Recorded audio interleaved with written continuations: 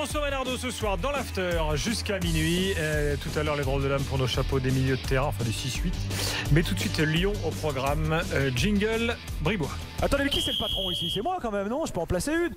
Oui, j'aimerais bien, s'il vous plaît. Ah, tu nous fais du... tiens. tu nous fais du Enrique maintenant. Je vous fais du Enrique. La parole aux autres, en plus, il veut pas qu'on l'emmerde pendant son avis tranché. Je vais mettre ma poigne. Ah, ça me plaît. Avec de l'info. Mariano Diaz du Real s'est donc engagé pour 5 ans avec l'OL, c'est officiel aujourd'hui, 8 millions d'euros. Donc c'est un joueur qui a très peu joué en équipe première qui a 24 ans, là, du Real. Ouais, 23 ans. Qui n'a jamais joué en Ligue 1. Il jouait depuis 2012, il a démarré dans les divisions inférieures, il a été formé en Catalogne, à Badalone. 8 matchs cette année avec le Real, 5 buts. Et c'est un international dominicain, figurez-vous, de République dominicaine. Je crois que c'est la première fois qu'il y a un joueur de ce pays qui arrive en France. Il a la double nationalité espagnole et d'accord. Alors, on ira pour aller en vacances. 5 buts, ça va. 5 buts en 8 matchs. Alors pour jouer au foot, 5 buts en 8 matchs. Ouais. C'est pas mal, hein. Pour un mec qui a fait 8 apparitions. Alors c'est la 4e recrue de l'OL, après Marsal, Traoré et Ferland Mendy. Pour l'instant, ils ont dépensé 27,5 millions d'euros. Et ils en ont encaissé 42 pour Tolisso. Il y a Godalon. Et Godalon, c'est pas cher. Godalon, c'est 5 millions. Effectivement. 5, alors là, j'aurais pas trouvé. J'ai pas envie de vous parler de Diaz. Même si j'aime bien la République dominicaine, hein, c'est plutôt agréable comme lieu de vacances. Mais j'ai envie de vous parler de Juninho.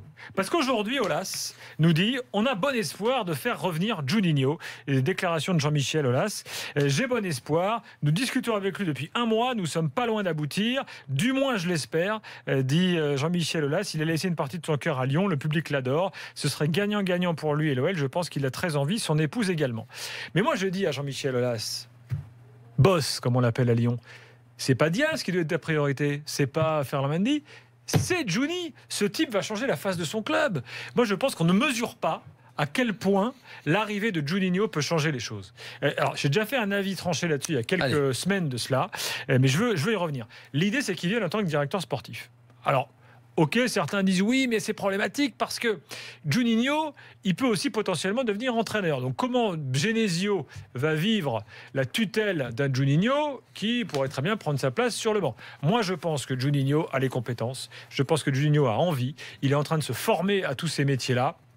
C'est un gars qui suit le foot au quotidien de façon hyper précise et minutieuse. Nous, on a travaillé avec lui pendant 1 an sur RMC dans Louis Attaque à l'époque. Je vais vous dire qu'il connaît tous les joueurs de Lyon par cœur. Il connaît toutes les caractéristiques des joueurs. Il connaît par cœur ce club. Il connaît par cœur l'attitude à adopter.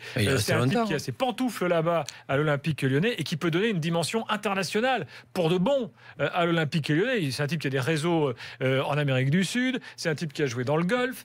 C'est un type qui a fait une coupe. Enfin bref, moi voilà, jouer dans le golf, Jean-Michel, je sais pas si j'aurais cité. Jean-Michel, bon, mais non, mais je te cite les jeux aussi à New York. Bon. Jean-Michel, ta priorité number one, ça doit être Judy. Il faut aller tout faire pour le ramener, ce type-là. Et en plus, effectivement, il le dit, Jean-Michel Aulas, à Lyon, le public l'adore. Ce serait une greffe avec succès garanti.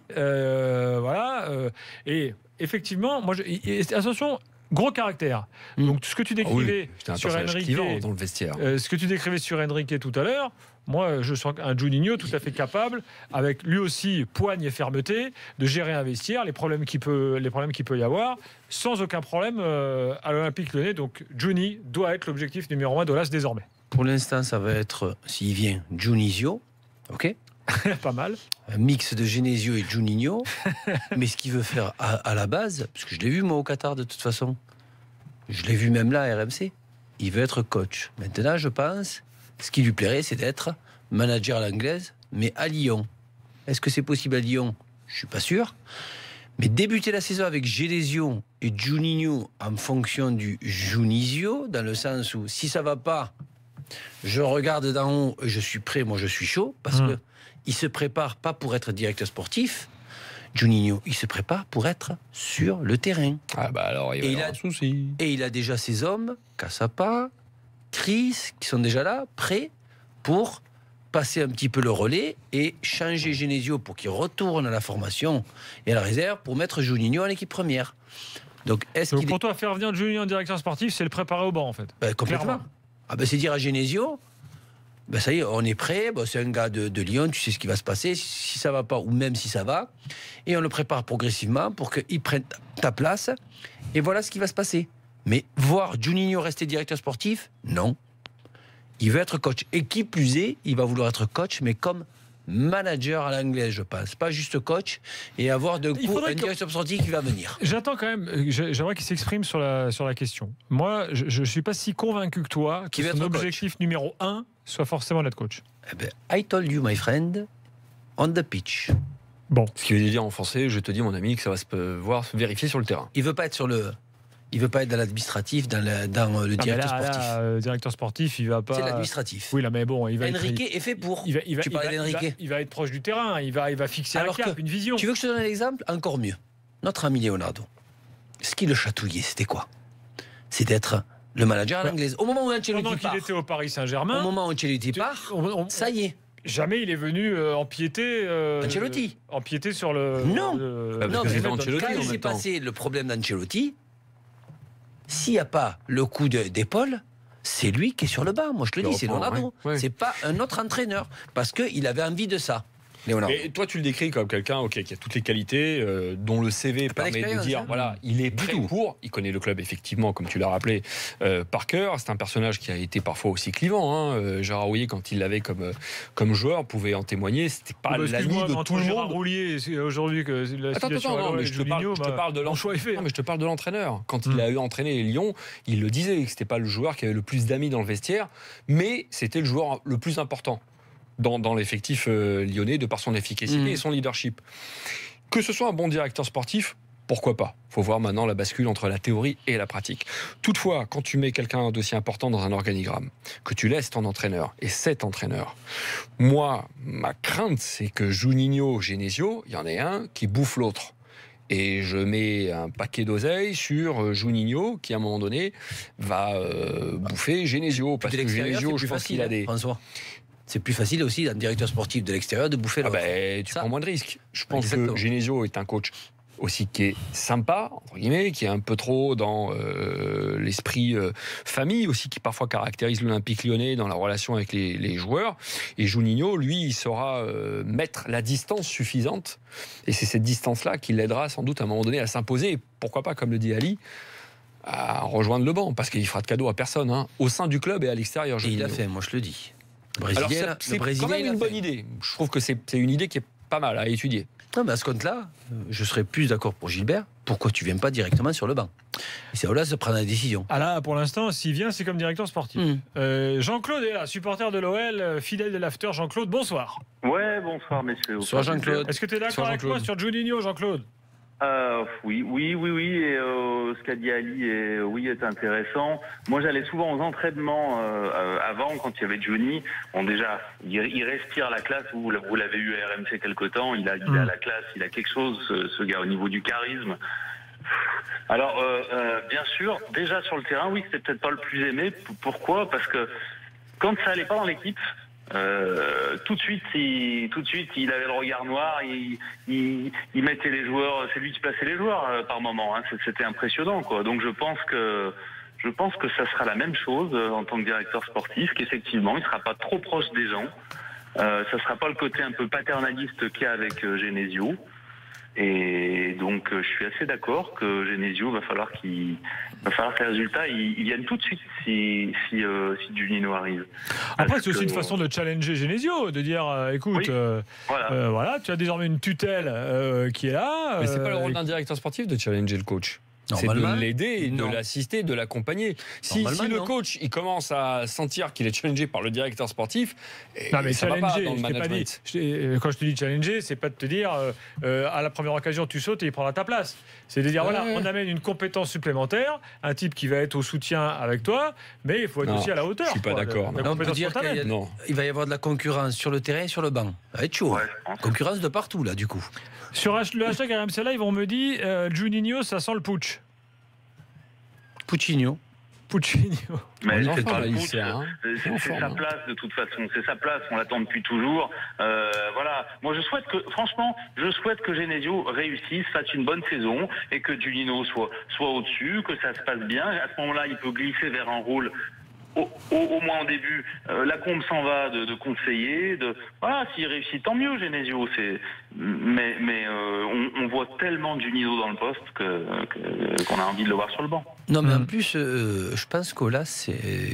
On m'envoie une photo, vous savez, la photo de Macron officielle qui a été éditée il y a quelques heures. C'est Café du Commerce OL qui nous envoie un montage avec la photo de Macron et la tête de Juninho. Tiens, je retweet. Voilà. Et en plus. Le gars est une. Non, mais attends, c'est l'un des joueurs préférés des supporters de l'OL, évidemment. C'est clair. Il est sur le podium de la popularité lyonnaise, le gars. Avec Eugène Cabongo, Jean-Claude, bien sûr. Non. Évidemment. Moi, tu veux que je te dise concernant Lyon, moi j'avais tout fait pour que le PSG récupère Sonny Anderson. Ah oui. Et je pense que quand tu étais au PSG? Ouais. Pour attaquant, tu vois. Et si on aurait pris Sonny, je pense qu'on aurait pu être champion dès la première année où je viens. Et que je ne pense pas que Lyon aurait commencé à gagner des titres parce que tout part de Sonny et non pas de Juninho. Sonny Anderson, quand tu es au PSG, il vient d'arriver. Là, je ne suis pas d'accord. Parce que Sonny, ok, il avait aussi une certaine classe, mais au niveau du, comment dire, sur le terrain, au niveau du commandement. Exactement.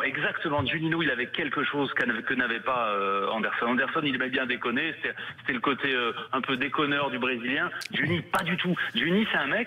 Moi, je le voyais à l'entraînement quand il ratait ou quelqu'un ratait une passe ou un truc. Mais le mec, c'est même pas qu'il aime pas perdre un match, mais même à l'entraînement, il détestait rater un truc. Il a la gagne en lui, quoi. Et je sais pas.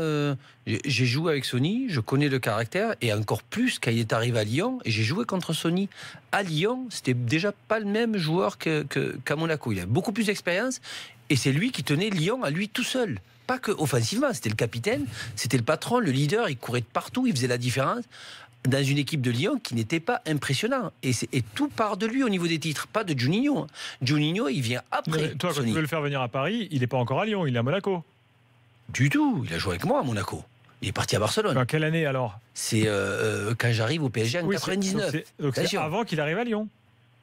Ouais, exactement. Voilà. Parce qu'il fait une saison seulement à Barcelone. Il fait une saison seulement à Barcelone. Bon, Jean-Claude, merci en tous les cas pour cet avis. Comme tu es d'accord avec moi, je suis ravi. Donc, j'ai raté le début de l'after, je suis désolé. Ma fille voulait regarder Ninja Warrior, donc voilà, d'habitude je vous écoute sur BFM. C'est quoi, c'est un club de supporters ça? Entre Ninja Warrior et l'after, franchement, mais comment peut-on choisir Ninja Warrior? Il faut absolument que tu recadres ta fille au plus tôt. Ouais, ça va mal. Merci Jean-Claude. Ah oui, alors pour finir sur Lyon, une petite info liée à Tolisso, qui agace fortement les supporters des Verts. Voilà, parce qu'il a dit dans une interview à l'équipe, il a dit, voilà, quand il est arrivé à Munich, on l'a un peu... c'est à Munich, on fait comme ça, comme dans pas mal de grands clubs. On lui explique, voilà, est-ce que tu sais toute l'histoire de notre club, ce qui s'est passé dans les grandes heures et tout du Bayern. Et donc, on lui a dit, tu sais, nous, on a quand même martyrisé les Verts quelques fois. Voire chaque fois même. Donc Tolisso dit le Bayern m'a briefé, j'étais pas au courant, dit Tolisso. Il était au courant de quoi? De la victoire du Bayern contre Bayern Saint-Etienne. Qu'une victoire, plusieurs. Pas qu'une victoire, d'accord. Il était pas au courant. Notamment la finale. Mais apparemment le Bayern a fait très mal à Saint-Etienne. C'est une bonne chose, a dit Tolisso. Et évidemment, déferlement Moi je trouve que c'est sympa, il a le droit. Tu peux taquiner les Stéphanois. Susceptible alors. Du petit chambrage. Mais de toute façon, on a des deux côtés, parce que les Lyonnais sont susceptibles aussi, les supporters, et les Stéphanois aussi. Ils devraient arrêter ça et reprendre un point commun. Tiens, on peut les mettre dans le même panier au niveau de la susceptibilité. J'ai encore quelques infos mercato à vous donner, ce qui nous permet d'écouter notre mythique jingle mercato.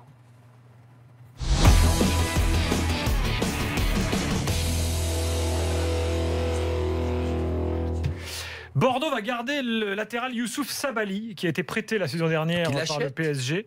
Il va être définitivement transféré au Girondins, accord trouvé entre les deux clubs. Sabaly, il est formé au PSG, mais n'a jamais joué finalement en équipe première. Mais c'est un joueur qui, semble-t-il, a quand même une bonne marge de progression. Il fait une bonne saison à Bordeaux. Il fait une bonne saison à Bordeaux. Donc il reste à Bordeaux. C'était une envie forte de Gourelec. Info liée à Mamadou Sakho. Crystal Palace renonce à Sakho, qui était prêté par Liverpool. Et il a fait une bonne période à Crystal Palace, trop cher, disent les dirigeants de Crystal Palace. Donc il va retourner à Liverpool. Donc voilà l'info du soir concernant Sakho. Du coup à Liverpool, va-t-il jouer? Liverpool, il va pas rester. Va-t-il rebondir ailleurs? Il pourrait revenir en Ligue 1.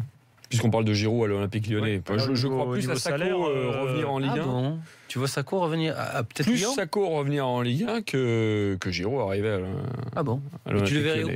À Marseille ou à Lyon? Marseille, ils ont besoin. À Lyon, ils ont besoin aussi. Et Marseille, PSG, a priori, il y a un peu plus de sous. PSG.